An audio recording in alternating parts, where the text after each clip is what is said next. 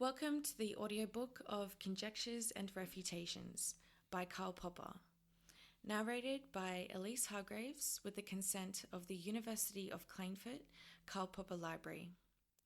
Chapter 13, A Note on the Body-Mind Problem. I am very grateful to Professor Wilfred Zellers for bringing my paper, Language and the Body-Mind Problem, to the attention of philosophers, and even more for his kindness in describing it as challenging and as telling, if uneven. Of its unevenness, nobody could be more aware than I. I think I am more sensitive to it than Andersen's princess was to the pea. And although I am inclined to count its 3 leaves among my scanty laurels, I could not rest on them even if I wished to.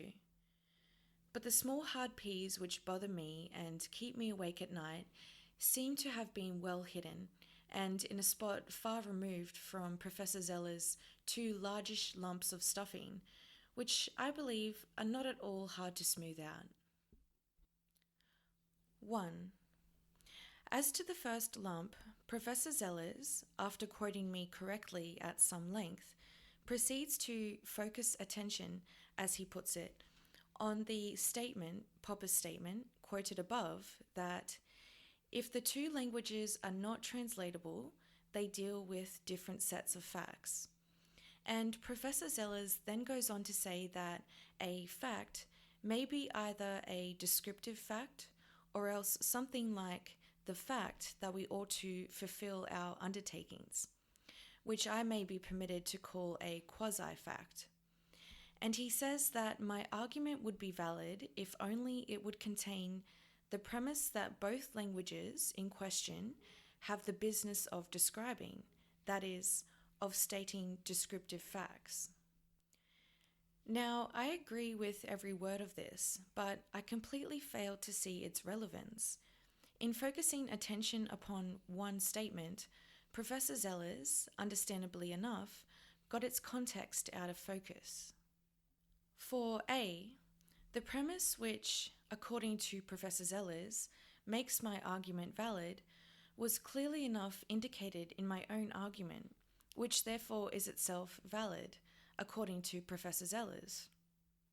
Moreover, my argument has the form of a reductio ad absurdum of the 2-language theory, and the premise correctly demanded by Professor Zellers is not mine but part of that theory. It is indeed referred to in my argument as part of the 2-language solution of the view that the statements of physics and of psychology are 2 ways of talking about the same facts, which clearly indicates that these facts are descriptive facts in Professor Zellers' terminology. B. My own contribution consisted simply in pointing out that once the 2 languages of physics and of psychology are admitted not to be translatable into each other, they cannot any longer be said to talk about the same facts, and must be admitted to talk about different facts, where facts means whatever the 2-language theorists meant when they said that physics and psychology talked about the same facts. Thus, the problem of quasi-facts simply does not arise. All this can be verified by reading more closely the passage from my paper which Professor Zellers himself quotes at the beginning of his paper. It is the passage which gets out of focus once he focuses attention on part of it. There is a not very important misquotation, set instead of kind, in the focused passage. So, no hardcore, no difference of opinion as far as I can see, underlies Professor Zellers' first lump, although we seem to differ greatly about the relevance of his comments. 2. Now, to smooth out the second lump. In the later sections of his paper, Professor Zellers writes, Professor Popper makes a telling, if uneven, defense of the theses that aboutness or reference cannot be defined in behaviorists. Professor Zellers himself believes in the truth of this alleged thesis of mine. I must confess that I was surprised when I read this. I was not aware of having ever tried to defend anything of the kind. It happens to be one of my oldest convictions that a thesis of the kind here attributed to me, that such and such cannot be defined in somebody's language, is nearly always irrelevant. It is not irrelevant, of course, if the opponent's thesis was one about definability. Definability may be interesting in certain contexts, but to say a term is not definable never implies that it cannot be legitimately used, for it may be legitimately used as an undefined term. There was no need for me to read through my paper in order to be sure that I never maintained anything like the theses attributed to me by Professor Zellers. But to make doubly sure, I did read through my paper and I found no trace of such a thesis on definability. And to make trebly sure, I herewith publicly recant any theory I may ever have advanced based upon the theses attributed to me by Professor Zellers. Not because the thesis is false. I agree with Professor Zellers that it is true, and I even agree that my arguments might be used to support its truth, which may perhaps explain the misunderstanding. But because I should hate the idea of philosophizing with the help of arguments about non-definability. Professor Zellers goes on to say, and he, Popper, is surely right in holding the theses I have just repudiated. However, at this stage, he, Popper, tactfully adds the premise, E is about X, is a descriptive assertion. It is hard for me to check whether or not I have added this premise tactfully at this stage, since this stage is not indicated by Professor Zellers, or only indicated with the help of a reference to that alleged thesis of mine, which I failed to find anywhere in my paper. I may here warn readers that 7 of the passages in quotation marks in this second part of Professor Zellers' paper are not quotations from my paper, as some might think. 2 others, name relation and causal physicalistic, did occur in my paper, but the former hyphenated, the latter unhyphenated. If, however, I have somewhere tactfully and unconsciously added the premise which Professor Zellers says I have added, I cannot detect any trace of it, then I wish again to recant. For I am in complete agreement with Professor Zellers' thesis that if a statement A says that another statement E is about something, then A usually does not, to use Professor Zellers' words, play the same sort of role as the moon is round. A need not be, and usually is not, descriptive in the same sense as the statement about the moon. Although it may be, what was your last lecture about? It was a lecture about probability, is an instance of descriptive usage.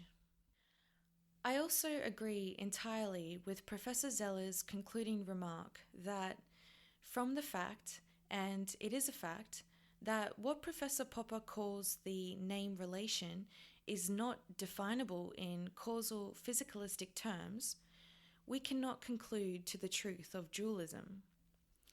Exactly. This is why I never said anything about definability. Indeed, had I no stronger arguments in favour of my dualistic faith than this completely irrelevant fact, for I agree that it is a fact, though completely irrelevant, then I should be ready, nay, most anxious, to give up dualism. As it happens, my arguments were quite different. They were about the possible scope of deductive physical theories, rather than about definability. And my thesis was that no causal physical theory of the descriptive and argumentative functions of language is possible. I wish to make it perfectly clear that I have no objection whatever to Professor Zeller's theses, that a statement such as E is about X is ordinarily or frequently a device whereby we convey to the hearer how a mentioned expression is used by using an equivalent expression. Nor do I deny that this thesis of Professor Zeller's is relevant to my own theses. All I wish to say here is that my thesis is not based on the argument about definability which Professor Zeller's ascribes to me. If it were, I should retract it. There is a remark on Professor Ryle's views in Professor Zeller's paper which seems wrong to me. Professor Zeller's writes, I also agree that the idea of a mutual translatability of mind talk and behavior talk had to be given up long since, in spite of Ryle's valiant efforts to the contrary. To this, I should like to say that I am not aware of the fact that Professor Ryle has ever held what I call the two languages theory. How could he, believing as he does that the problem arises out of category mistakes within the one natural language? It is not to him I was alluding in that place. At the same time, it is perfectly true that I had Professor Ryle in mind when, in another paragraph of my paper, I tried to show briefly that the theory of category mistakes is also untenable. If I might here add to my arguments another, then I should say this. Assuming that, by the usages of our language, expressions naming physical states are put in a category different from that in which expressions naming mental states are put, I should be inclined to see in this fact an indication, or a suggestion, not more than this to be sure, that these two categories of expression name entities which are ontologically different, or in other words, that they are different kinds of entities.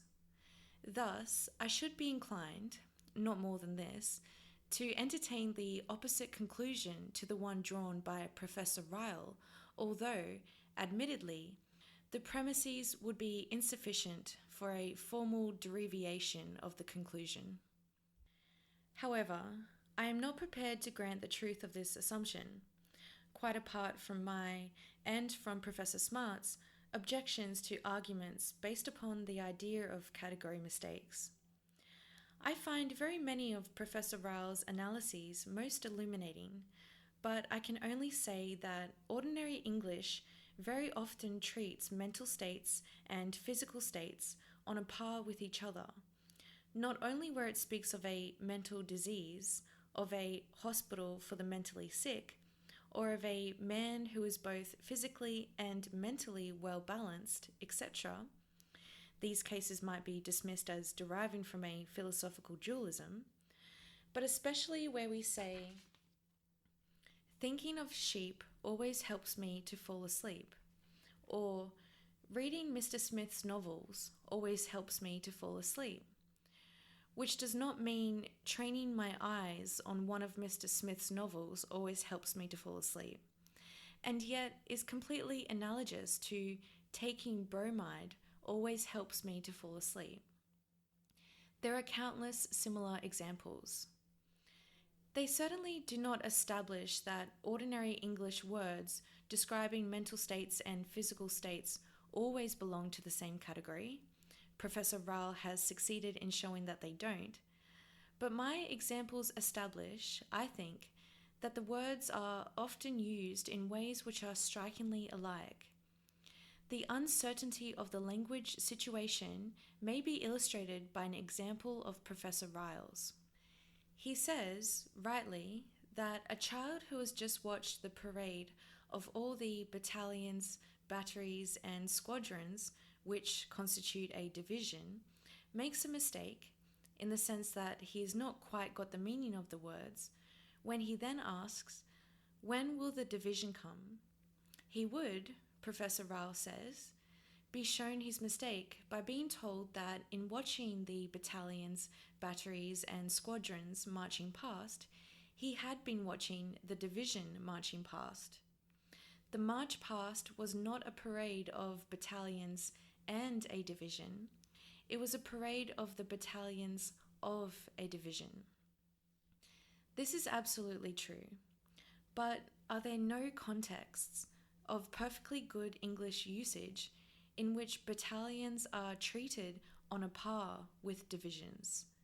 Could there not be a parade of, say, 1 division and 3 battalions and 2 batteries?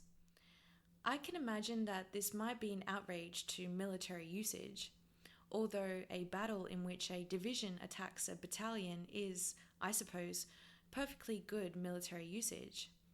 But is it an outrage to ordinary English usage? And if not, can the mistake which the child undoubtedly committed be a category mistake? And if not, do we not commit a category mistake, assuming such a thing exists, if we wrongly diagnose that the child's mistake was a category mistake?